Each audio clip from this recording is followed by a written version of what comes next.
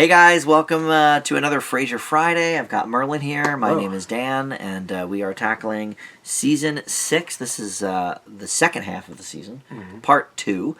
So we're going to look at the final 12 episodes of the season. This is back when they had 24 in a season. I think a lot of shows still do 24, right? Every Frasier was 24 episodes. Nice. The last one, even ABC has cut theirs down to like 22. Like Modern Family is like 22.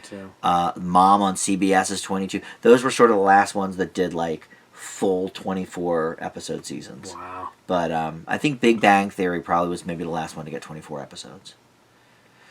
But back in the 90s, it was all the rage. I guess so. You did 24 episodes, and then you repeated them all. Maybe that's where then, what was it, Keith Sutherland got his inspiration? For 24.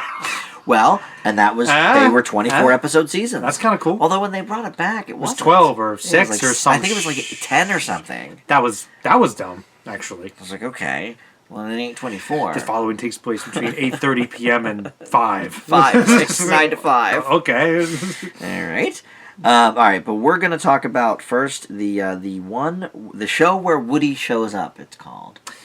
Oh. And this is where Woody comes to visit, and they decide that they have nothing in common, and, you have stuff to say about this. Yeah. All right, let's hear. I didn't like it. Okay, I did not like it. It wasn't one of my favorites. And I was surprised. It be. I was surprised because I know that Woody is such a beloved character from Cheers. Yes. And I hadn't gotten to his seasons, and I love Woody Harrelson in general. Yep. So I was like, Who doesn't? This should be a really funny episode. And I was like... Was it depressing? And I was like... from a personal perspective, I'm like, well, this is a depressing concept. I think Frasier's an a-hole. I think Woody's dumb and kind of an a-hole. And Woody's always dumb. That's sort of his thing. But I didn't think it was funny. Like, I thought the whole concept was... I didn't like this episode. Okay. Right? I actually did not. I'm hearing that. So this is a low grade for you. This might be my least favorite. I said on the last show, I was mad about it. never gave any episode this season under a B-. Okay. But this sounds like for you, maybe. This might be like a C+ or something. Yeah. I mean, there were funny elements, but like I was like really disappointed by this one. I found it to be very realistic, sadly. And maybe that's why I didn't like it. Maybe I don't deny that they're both kind of jerky in it, but weren't they friends in Cheers? I mean, no. Woody worked there, and Frasier was a barfly. I mean, that was the extent of it, you know. And I think that's what we see here is that like. They never really did have anything in common. So they tell each other stories from 20 years ago or whatever, 8 years ago. And then the next night, they go out and do the same exact thing. And what I thought was interesting about this and what gives it that B for me, maybe a little higher than you, is that perspective Woody had that he, the whole time Frasier's kind of being a jerk about him to Niles and stuff. And it turns out Woody actually feels real bad for Frasier. That is true. At the end of the episode. Their perspective on each other's lives is they felt each other's lives as depressing, but they were both happy with who they were. Right. That was kind of nice. I think that was an interesting perspective because I think it's realistic. That is true. You're right, that's true. So that's why I think I liked it maybe a little more than you. All right. From that perspective. But, all right, so up next is Three Valentines. I thought this one was okay. It was interesting. I like this one. Yeah? Yeah. Grammer directed it. Okay, good job. Which we love. So the first third is about Niles. Second third is about Frasier and Roz. And the last one is about Martin. Yeah. I mean, it's good. It's, the concept has certainly been done before. I hope I'm thinking of the right episode. Who was the guest star on this episode? Am I right? Was there a big guest star? I thought there was. Am I wrong? Maybe I'm thinking of another one. If I'm thinking of another episode, that was the one I like. I don't know. Who do you think it is? Crud. It doesn't say on the thing. No, it doesn't. Well, who do you think? This is when we first meet. Does Frasier have a date in this one? Well, yeah, he goes out with Cassandra and doesn't know if Cassandra's like the new gal at the station. Yeah, I like Virginia Madsen. Oh, okay. Yeah, she's in a bunch of these episodes. Yeah, and this is when she first shows up. Okay, yeah, okay. I like I was that. gonna say she's in a bunch of episodes. Yeah, I like Cassandra. Very good. She's a part of this till I believe. Yes, I believe she's a part of this season till the very last episode of the season. Yeah. I like that part. So this is where she shows up for the first time. And I like what they do with her character. Frasier doesn't know whether it's a date or not. That was hilarious. So yes, that was hilarious. Very funny. He's still calling Roz all the way, and he's sleeping. Like, wait, is this business? All right. Or is this something else? Talk about male confusion. Here's what I'm going to say about it. I thought that was hilarious. Yes, it was. You're correct. The others weren't so good. The bookends of it, not so much. I don't remember the other ones. Right. And there it is. See, the problem I have with all shows like this, movies like Four Christmases, when it's multiple stories, movies like Four Rooms, when there's multiple stories, they all have to be equally good or build on each other. Connection. And this just doesn't. Yes, the middle section, which I think is probably the longest of the three, is hilarious. Him not knowing what's going on. Right, you're exactly right. Like, classic male problem. Like... What does it mean? Women sending mixed signals. He has to call Roz and figure it out. Da-da-da-da-da, this and that and the other thing. But then everything else, right, like, you don't know what even happened to Niles. No. Niles was the first one. Let's look. I did actually like where they were going with that, but you're right. They never finish it, really. Right. That's true. Niles. Oh, this is where Niles is in Frasier's apartment. He, like, burns his pants because he's like... Oh. You know what? It's all right. It's cute for, like, a little one-man show. It's funny you bring that up because I thought that was super dumb. I thought that was, like, some of the most juvenile, un-Frasier... Like, oh, wait, he's so incompetent. He's, like, visual comedy, but, like, it was too much. So... Actually, I didn't like that. Yeah. Right? So my B is pretty accurate. Yeah. If it was all the middle part, great, and they stretched it out maybe to a full episode, I think it would have been hilarious. Niles didn't even need to be in the episode. That could have been the end of the episode with a B, the B set story. Yeah. Agreed. It ended the way it did. So that's why I didn't like that as much. But yes, I love good old Virginia Madsen. She shows up, more frequently. Candyman. That's right. And one of my favorites actually is coming up. One of my favorite guest stars. We'll get to that in a few episodes. Right. But To Tell the Truth is next. This is when we finally meet the new lawyer, Donnie Douglas, who ends up dating Daphne. He's this very eccentric lawyer. As they find out when they go meet him, he's a friend of Roz's, but he gets the job done. He doesn't take any nonsense, but then he ends up with Daphne by the end of the episode. So that is a little bit of a heartbreak, a lot of a heartbreak for Niles. Thought it was okay. I gave this one a B as well. I think Frasier and Niles' meanness and judgmental. Getting too high. It's just, yes, they're just really escalating it in this season. Okay. Niles wants to just give him the brush off immediately. I think Frasier may be a little more, I don't know, wanting to see what the end result is, but like... it really depends on who's writing them, because sometimes that's probably true. They're a little more open to possibilities with people, depending on their moods, maybe. Well, and I think, if this were... one of their snooty friends recommended him, and they went, and he was like this, it'd be different. But Roz recommended him. Oh. There's a lot of like Roz bashing. Like, don't they like Roz? Like Frasier. Frasier loves her. Yes. So I don't. So I don't know. So I gave that a B. Yeah. But I love the introduction of the character. I think he was funny. Yes, and he is very funny. I like that actor, and I like the arc that they take him and Daphne on. So don't get me wrong about that. But this particular episode was okay. Okay. So Decoys is next, and this is Donnie is now fully dating Daphne. So Niles is real pissed about it. So they start, trying to break her up, basically. And so this is the one at the cottage. Roz used to know Donnie from before. She recommended him. So Niles is trying to, basically get the two of them together at the cabin. And then Frasier and Martin come up early, so then Niles has to pretend like he's with Roz. I think they're going for the same type of farce they had in the Great Cabin episode from last season. What's sad is I don't remember this one very much. It's okay. Yeah. I give it a B plus. So I liked it, but yeah, it was a good farce. far cry from the cabin episode of last season. But yeah, I mean, it's, they're just trying to figure out a way to split Donnie and Daphne up basically immediately. So yeah, all right. Unmemorable, I guess, for you. I thought so. I thought it was okay. Dinner party was next. This is where they make Martin reschedule his poker game because they want to have a dinner party at Frasier's because they obviously can't have it at the Shangri-La, and they just can't get it right. They have the caterers on the phone, and they're inviting people that the other one doesn't like, and this and that. They do the list, yeah. They do the list and the blackball and all of that. I thought this was a great bottle episode. They never leave the apartment the entire show, but it was very funny. Classic. Now, see, this is the Frasier and Nyla, like, sniping with each other at their high class friends. Like, at their, I don't like those people, their kid is weird, or whatever. She's got, the most bizarre food allergy. When they're sniping at the other rich people, that I like. Okay. Interesting. But Roz is so nice. Like, we leave know Roz alone. Yeah. Yeah, it's a little late for that, I think. Yeah, so I don't know. So sometimes they're a little mean this season, but I like that one. For sure. All right, so Taps of the Montana is next. This is another Niles party episode. We're seeing a lot of these now every season. Niles is... Well, we didn't have a BB episode this season.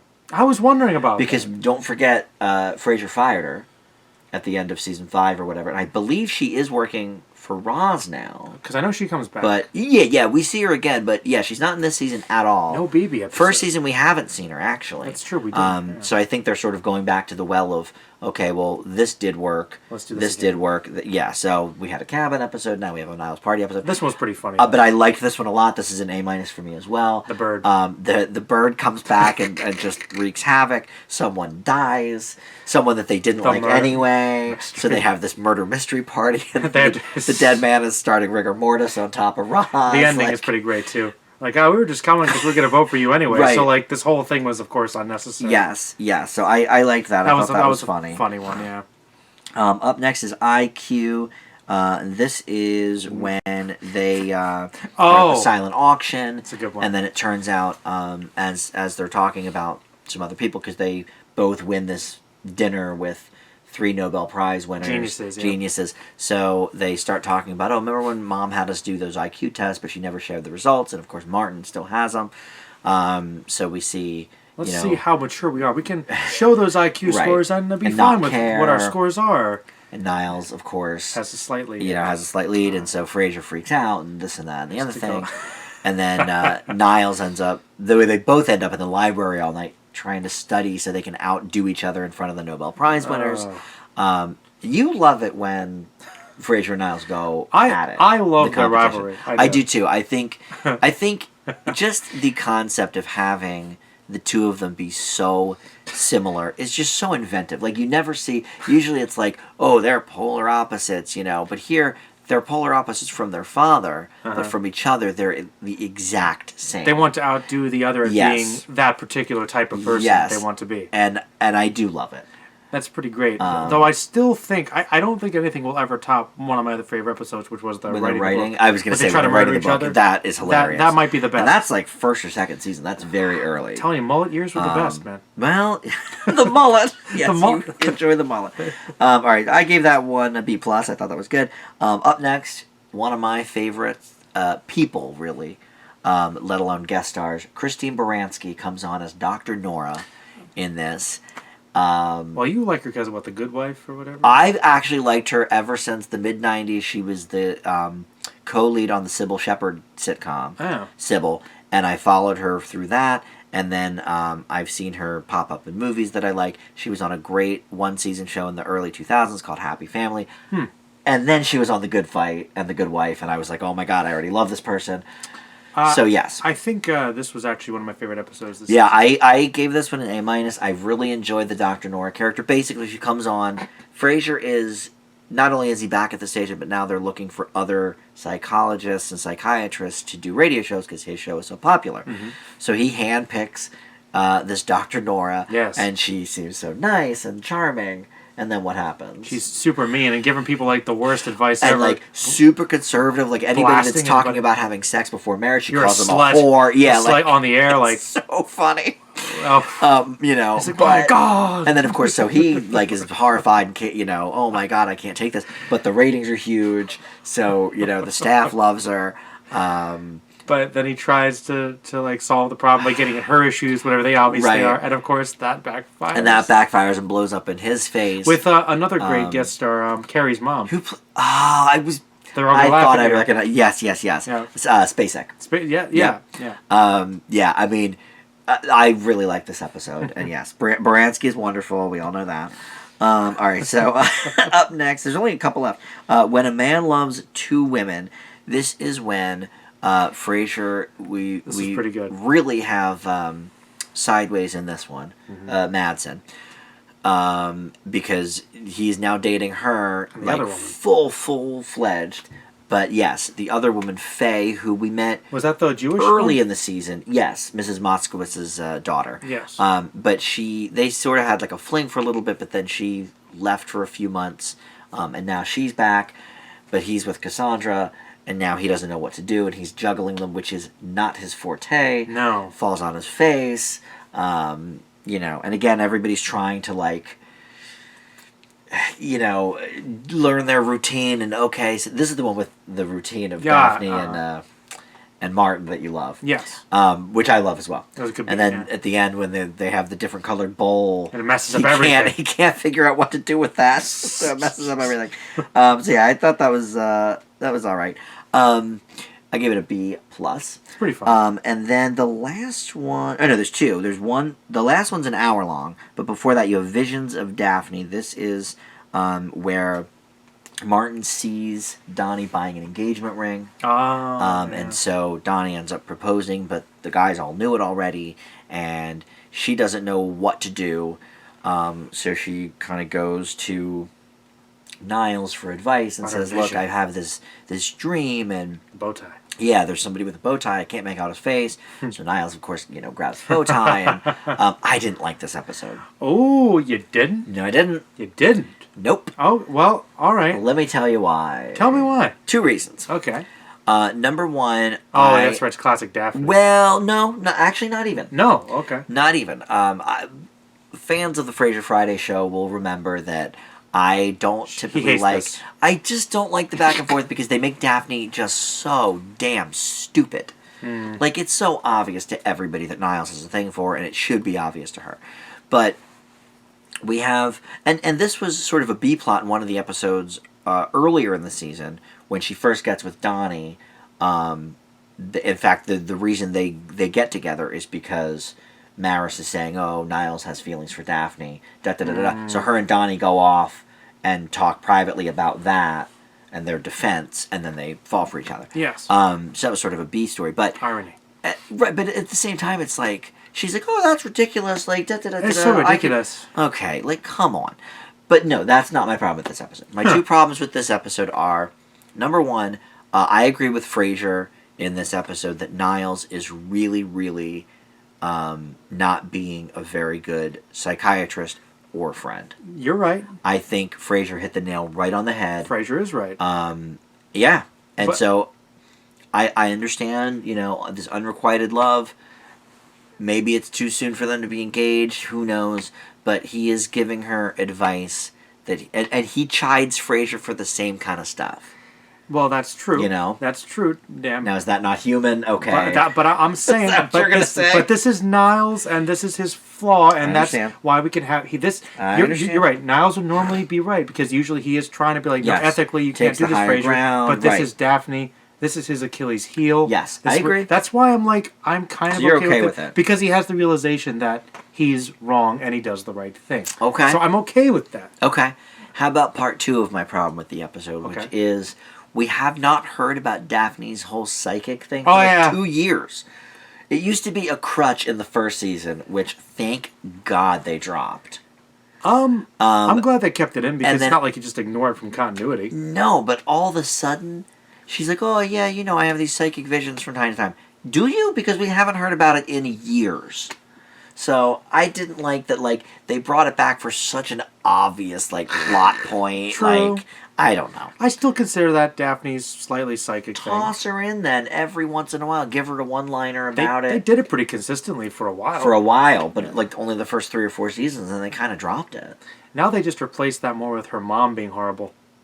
Yes. Terrible things that happen to her with her childhood. We get more into in a little bit as we meet more of her family as the seasons go on. But so I gave this one a B. I thought it was a good episode for moving the story forward.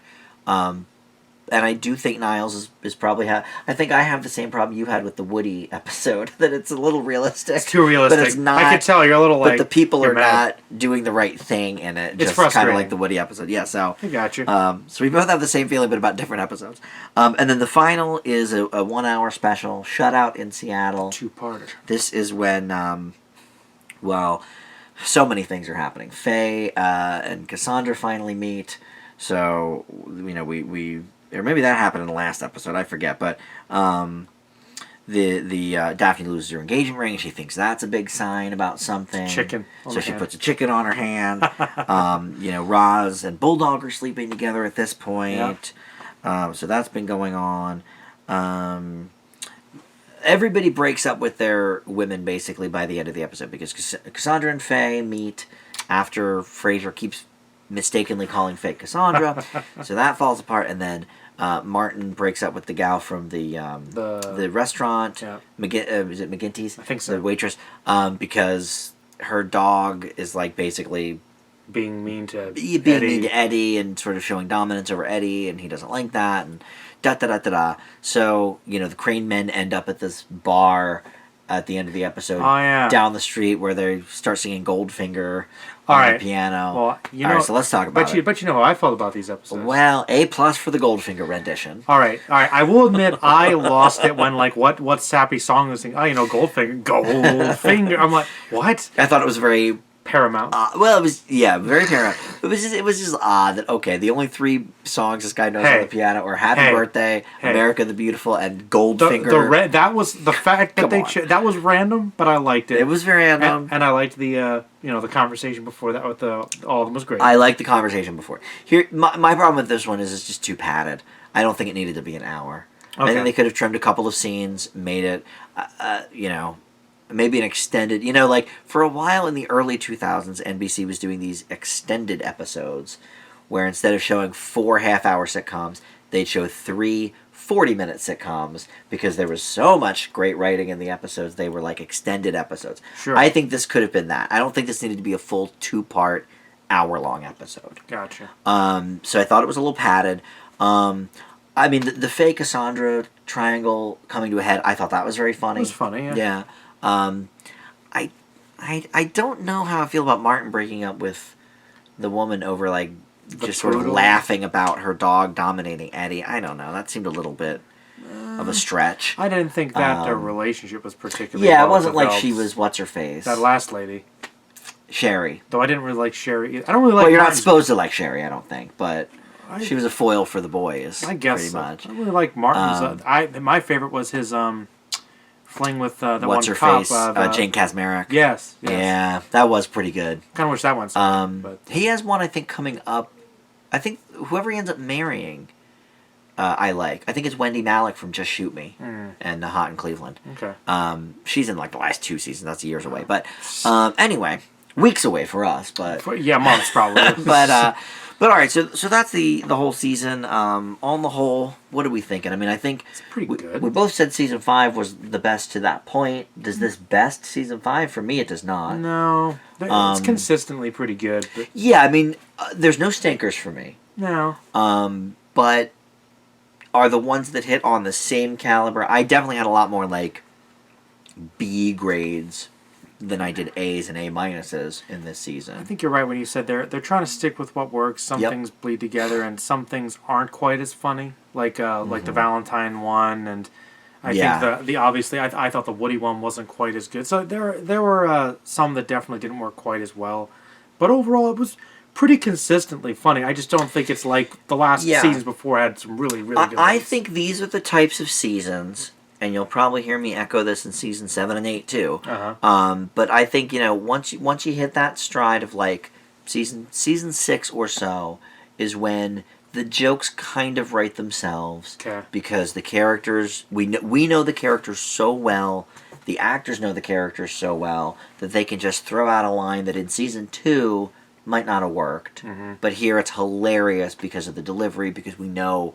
how these people feel and all that stuff, and that's not a bad thing, but it's a safe thing, and I felt the same. Like I just recently went through the Everybody Loves Raymond episodes that ran 9 seasons. I felt the same about that. Some of my favorite episodes come like towards the later seasons, 6, 7, 8, 9, but are they as well written as some of the other ones, or is it just that we know the characters so well by that point that the premises are funny because we know how each character is going to feel about it? Built on previous episodes. That's a good point. It's a different type of funny. Yeah, so I think we're seeing a lot of that here, but it's still very funny. The guests that they've had on this season have been good. Yeah. And adding some different things to it. I think they could have been out of work the whole season. I think they could have been, too. I think they could have been out of work longer. Now, at the end of the season, we see Bulldog get fired. That's true. And that, I know, plays in. You said you started watching season 7. I know that plays in a little bit there. Yep. I think he's a pizza delivery boy at one point. Pizza delivery guy, So, babysitter. I think they could... That's right. I think they could have definitely been out of work the whole season. That would have been cool to see Frasier have to struggle maybe trying to find different types of work. Right. That might have been interesting. Yeah, absolutely. But they sort of went back to the safe well halfway through the season with the radio show. Which, I like the radio show bits a lot. I think, I don't know, it's interesting. I think of that as being, I guess that's kind of like the, sort of the foil. I mean, I want to say it's, how like they have the opening Seinfeld had his stand-up a lot of time. Right. But it plays a little more into that because you get to see that part of his work life. But I don't know. Do you think it's pretty well balanced between the radio show and his family, or do they lean more with the family? Not anymore. I think I would say the first few seasons it was definitely more balanced. Okay. No, I think it's much more about the family dynamic. Because I was thinking, I really like a lot of the radio show comedy. Because think about it. Other than the Dr. Nora episode, none of the episodes we talked about were really centered around the radio station. And I love the radio station. Yeah. So maybe I kind of missed some of that. Well, I think they get back to that. I think they swing back to that a little bit too. Hope so. Because I know, like, Felicity Huffman at one point comes on as love interest of Frasier's, and she is like his nemesis on the air. So there's a lot of like at the station stuff that season. Yeah, I think it was definitely more balanced though in the first few years. Thought so. Yeah. Yeah. But grade wise, I mean, I think this was a very funny season, but safe. So I would leave it with a B+. Say B+ probably sounds about right. Yeah. Definitely some top notch episodes here, some memorable ones. Yeah. But very safe, and I do like the Donnie arc.